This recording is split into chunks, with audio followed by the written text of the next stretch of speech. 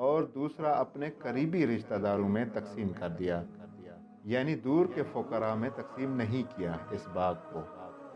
لہٰذا ہمیں بھی چاہیے کہ سب سے پہلے اپنے قریبی رشتہ داروں میں نظر دوڑائیں اور ان میں اپننی پسندیدہ چیزیں انفاق کرنے کی کوشش کریں۔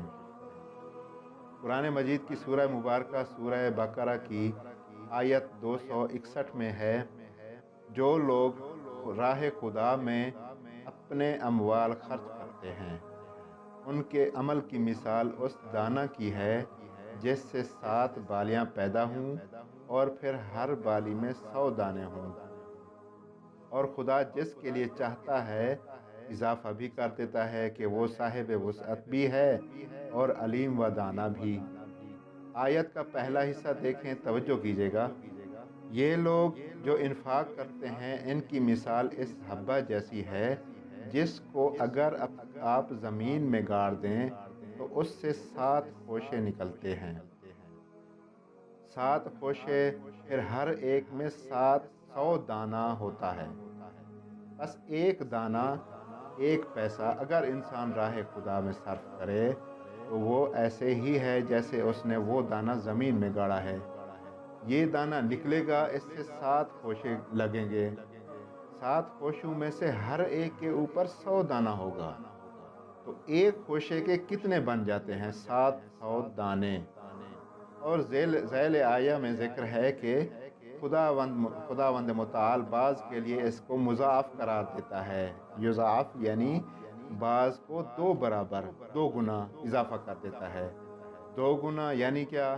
یعنی 1400 کر دیتا ہے۔ اور آخر آیہ میں تتمہ میں ہے کہ واللہ واسع علیم، اور خدا یوں نہیں کہ 1400 کر کے آگے عاجز ہے، نہیں، ہرگز نہیں، اگر چاہے تو اہل وسعت ہے، یعنی اس میں مزید بھی وسعت آ سکتی ہے، یعنی 1400 سے بھی زیادہ، 14,000، 14 لاکھ میں دینا چاہے تو دے سکتا ہے۔ یہ اس شخص انفاق کرنے والے کی نیت پر متوقف ہے کہ اس نے، یا اس زمین پر متوقف ہے کہ کتنا اس میں پودا لگا ہے یا دانہ کہاں گیا ہے۔ اور یہی اگر انفاق ماہ مبارک رمضان میں ہو تو ہماری سوچ سے بھی زیادہ خداوند متعال ہمیں عطا کرے گا۔ یہ ایک انفاق کی تشبیہ دی گئی ہے، اور یہ واقعی مثال ہے کہ انسان جب انفاق کرتا ہے، صدقات دیتا ہے، اب یہ ممکن ہے مطابق با اعتقاد ہو، یعنی اہل انفاق کا اعتقاد یہ ہے کہ جو چیزیں انفاق کرے وہ بڑھتی ہے، اس طرح سے بڑھتی ہے جس طرح ایک دانہ زمین میں گاڑنے سے وہ ضائع نہیں ہوتا بلکہ وہ بڑھتا ہے، رشد کرتا ہے، رشد کر کے پھر کئی 100 برابر ہو جاتا ہے۔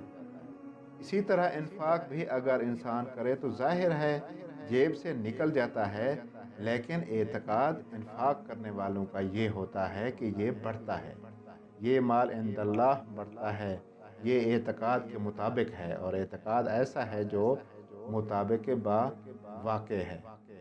امام علی علیہ السلام سے کسی نے سوال کیا کہ کوئی ایسا عمل بتائیں کہ میرے بدن میں سلامتی ہو، میری عمر لمبی ہو، میں آپ کے ساتھ معشور ہوں۔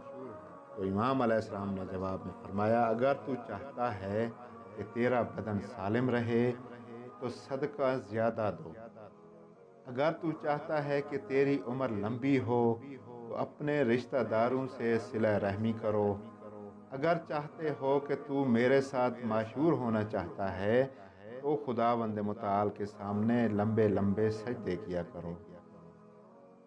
حضرت امام جعفر صادق علیہ السلام نے روزہ کی حکمت بیان کرتے ہوئے فرمایا، محتاج اور بے نیاز افراد برابر ہو جائیں، کیونکہ جو بے نیاز ہے، محتاج نہیں ہے، اس کو تو بھوک یا پیاس کی شدت محسوس نہیں ہوگی، تو جب بھوک اور پیاس محسوس نہیں ہوگی تو کیسے محتاج فرد کی مدد کرے گا؟ ایک بات۔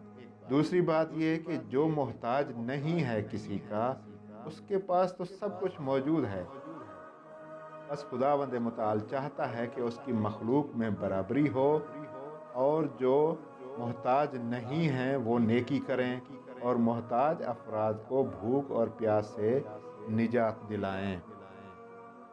حضرت امام جعفر صادق علیہ السلام سے ہی ایک روایت ہے، فرماتے ہیں کہ صدقہ اس سے پہلے کہ فقیر کے ہاتھ میں جائے خداوند متعال کے دست مبارک میں جاتا ہے۔ پھر آپ نے سورہ توبہ کی آیت 104 کی تلاوت فرمائی، جس کا ترجمہ یہ ہے: کیا وہ نہیں جانتے کہ اللہ ہی اپنے بندوں کی توبہ قبول کرتا ہے اور صدقات وصول کرتا ہے۔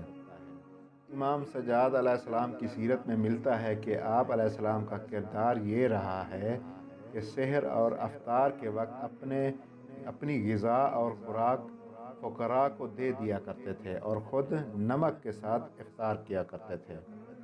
حضرت رسول خدا صلی اللہ علیہ وآلہ وسلم فرماتے ہیں کہ اگر کوئی شخص کسی مومن کی مشکل کو حل کرے، گویا ایسا ہے کہ اس نے 9000 سال خدا کی عبادت کی ہو اور اسی طرح دن کو روزہ رکھا ہو اور ساری رات خدا کی عبادت کرتا رہا ہو۔ حضرت امام علی رضا علیہ السلام فرماتے ہیں جو شخص ماہ رمضان میں کسی مومن کی مدد کرے گا، اللہ پل صراط پر اس کی مدد فرمائے گا، جبکہ تمام لوگوں کے قدم پل صراط پر لڑکھڑا رہے ہوں گے۔ خداوند متعال سے دعا ہے کہ اس ماہ کے صدقے میں ہمیں صدقات و خیرات کرنے کی توفیق عطا فرمائے۔ اللہم صلی علی محمد و آل محمد وعجل فرجہم۔